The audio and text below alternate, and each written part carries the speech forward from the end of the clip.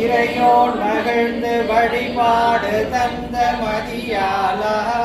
மலைமாவு சிந்த அலை போல அஞ்ச வடிவேலெறிந்த அதிதீரா அறிவால்